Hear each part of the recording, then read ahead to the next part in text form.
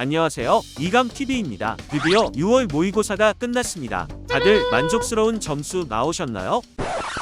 누군가는 생각보다 시험이 어려워서 좌절감을 느끼고 있을 것이고, 으악, 망했다. 누군가는 기대 이상으로 점수가 잘 나왔을 수도 있는데요. 가까운 별거 아니네? 모의고사가 끝나면 학생들에게 늘 해주는 말이 있습니다. 모의고사를 못 봤더라도 조급해지지 않을 수 있도록 자신의 마음을 컨트롤하는 능력, 모의고사를 잘 봤더라도 오만하지 않는 자제력이 수능 시험장에서의 마인드 컨트롤을 좌우한다는 것입니다. 그러니 여러분, 모의고사에 너무 일희일비하지 마세요. 감정적으로 치우치다가는 연초부터 잘 세워온 공부 계획을 망칠 수도 있으니까요. 오늘은 나름 공부 좀 하는 수험생인데 어디 부끄러워서 물어볼 수는 없고 속 시원히 답변은 들어본 적 없는 궁금증에 대해 답해보는 시간을 가져보려고 합니다. 자, 그럼 첫 번째 궁금증부터 들어갑니다. 엥, 뭐야? 나만 틀렸어? 이런 학생들 있죠. 이번 육모에서도 남들이 잘 안 틀리는 오답률 낮은 문제를 틀린 학생들이 있을 거예요. 이렇게 오답률 낮은 문제들을 자주 틀리는 학생들은 두 가지 유형이 있습니다. 한 부류는 단순 실수파이고, 액튠, 실수했다. 나머지 한 부류는 마이웨이파입니다. 난 내 갈 길을 가겠다. 여러분은 어디에 속하시나요? 먼저 자기 주관적 생각이 너무 강한 마이웨이파부터 살펴보죠. 남들도 많이 틀리는 어려운 문제에서 주관적 생각이 강한 것은 큰 문제가 아닙니다. 출제자들은 일부러 주관적으로 생각할 만한 헷갈리는 지점을 심어놓기 때문입니다. 그러나 남들이 안 틀리는 쉬운 문제에서 주관적 생각이 강한 것은 문제가 좀 있어요. 보편타당하게 문장이나 글의 상황을 받아들이는 것이 아니라 경직되고 기계적으로 받아들이거나 글을 있는 그대로 보지 못하고 선입견의 영향을 받았기 때문입니다. 만약 내가 여기에 속한다면 앞으로 이렇게 해보세요. 이런 쉬운 문제는 해설 강의도 잘 안 해주잖아요. 그러니 선생님이나 주변 친구들과 틀린 문제에 대해서 자꾸 얘기를 나눠보는 것이 도움이 됩니다. 왜냐하면 남들의 일반적인 생각을 들어보기도 하고 자신의 주관적 생각에 남들이 어떻게 반응하는지 알아야 문제를 개선할 수 있기 때문입니다. 쟤 뭐라는 거야? 뭐야? 남들도 다 이렇게 생각하는 거 아니었어? 자꾸 자신의 생각을 노출하고 남들의 생각을 귀담아 들어야 자신이 얼마나 다른 시각에서 글과 세상을 바라보고 있는지 깨우치게 됩니다. 그리고 단순 실수파 학생들, 10년 뒤 자신이 맡은 일에서 세세한 정보 하나를 잘못 확인해서 아주 큰 일이 나는 최악의 상황을 가정하고 경각심을 갖고 독한 마음으로 문제를 풀어야 합니다. 가령 의사라면 체크리스트의 수술 정보를 실수로 잘못 확인해서 다른 수술을 했다든지, 실수로 다른 부위를 잘랐네. 문과 졸업생이라면 다른 칸의 숫자를 실수로 잘못 읽어서 회사에 큰 손실을 입혔다든지요. 아이쿠 실수로 0을 하나 더 붙여서 송금해버렸네. 내가 그랬다니 상상만 해도 끔찍하지 않나요? 쉬운 걸 실수로 자꾸 틀리는 게 마냥 귀엽게만 생각할 건 아니랍니다. 귀엽게 봐주세요. 안 돼. 돌아가. 육모를 진지하게 풀었다면 시간 부족으로 굉장히 조바심이 났을 겁니다. 와, 이제 타이머로 실전 훈련도 해야겠구나. 네, 수능 공부는 실전을 가정한 훈련이 필요하므로 45문제로 된 1회분의 모의고사를 시간을 재고 푸는 것은 의미가 있습니다. 그러나 수능이 아직 많이 남은 시점에서 1회분의 모의고사를 계속 시간 재고 푸는 것이 버거운 학생에게 이런 방법을 권합니다. 80분 내내 집중해서 문제 풀기도 힘든데 풀었던 문제 다시 공부하는 건 더 힘들다고요?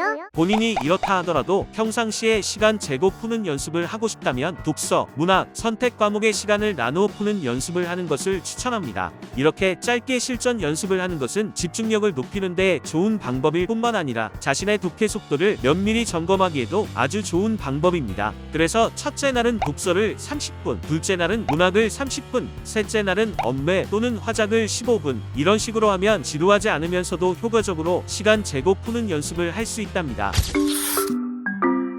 시험 중에 시간 절약을 위해 EBS 공부는 하는 것이 당연히 좋습니다. 특히 문학은 EBS 교재에 수록된 작품 자체가 그대로 출제되기 때문에 연계된 2개 혹은 3개의 지문의 혜택을 받아야 나머지 비연계를 충분히 고민하고 풀 수 있는 시간적 여유를 갖게 됩니다. 반면 독서는 최근 출제 경향을 봤을 때 EBS 교재에 수록된 지문을 대폭 변형해서 출제하기 때문에 실질 체감률이 상대적으로 낮은데요. 하지만 독서의 경우에도 최근 수능에서 출제되는 주제를 눈여겨보면 EBS 교재의 지문을 효과적으로 활용할 수 있습니다. EBS 교재 활용 시 이 지점을 고려해 문학과 독서를 구분해 공부 계획을 짜는 것이 좋겠습니다. 결론적으로 EBS 문학은 무조건 하는 것이 좋고 독서는 연계 주제의 경향성을 고려하여 공부하라고 말씀드리고 싶네요.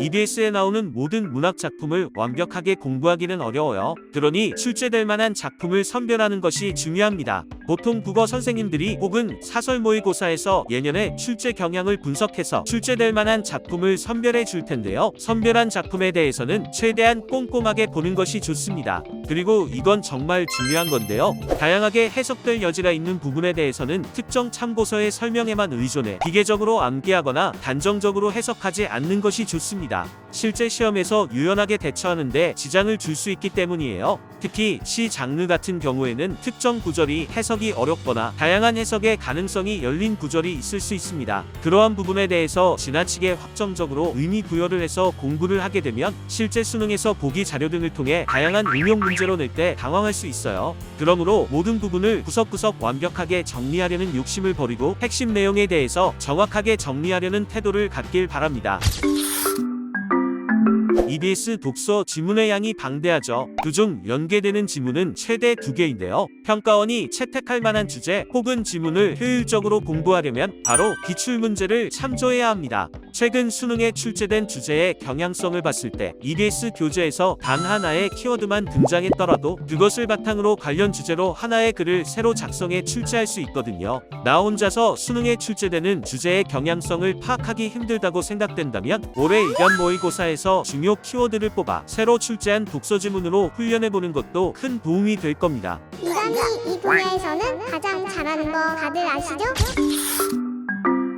아마 지금 이 문제로 힘들어하고 있는 학생들이 많을 거예요. 문장의 의미를 읽어내지 못해 이해가 되지 않아 나도 모르게 속도가 느려지고 단락의 요지를 빠르게 잡지 못해 여러가지 내용이 머릿속에 산발적으로 누적돼서 독해 속도가 느려집니다. 그래서 독해 속도를 높이기 위해서는 꼼꼼히 읽기와 빠르게 읽기를 병행하는 공부를 해야 합니다. 이해되지 않는 문장을 하나씩 꼼꼼히 읽어보는 연습을 해야 문장 해독력이 향상되고 앞뒤 문맥을 통해 의미를 파악하는 힘도 길러져요. 그리고 그와 더불어 실전처럼 빠르게 읽는 훈련도 해야 하는데요. 빠르게 읽는 훈련을 하면서 제한된 시간에 글의 핵심 내용을 찾아내고 문제 풀 때까지 머릿속에 그것을 팽팽하게 지탱하는 힘을 연습해서 길러내야 합니다. 일반적인 학생들의 공부 패턴을 보면 독서 문제를 풀고 정답을 맞히고 틀린 문제만 다시 훑어보고 넘어가는 경우가 많은데요. 채점을 한 후에 다시 한번 지문을 읽으면서 꼼꼼히 의미를 다시 새겨보고 빠르게 읽으면서 전체의 맥락을 기억하며 정리하는 식으로 복기하는 훈련을 반복적으로 하면 좋습니다. 자, 지금까지 육모 시점 학생들이 궁금해하는 질문들에 대해서 답을 해보았는데요. 앞으로의 학습 방향 설계에 도움이 되었으면 좋겠습니다. 그럼 이감TV는 다음에 더 좋은 유익한 내용으로 찾아올게요. 영상이 도움이 되었다면 구독과 좋아요 부탁드릴게요.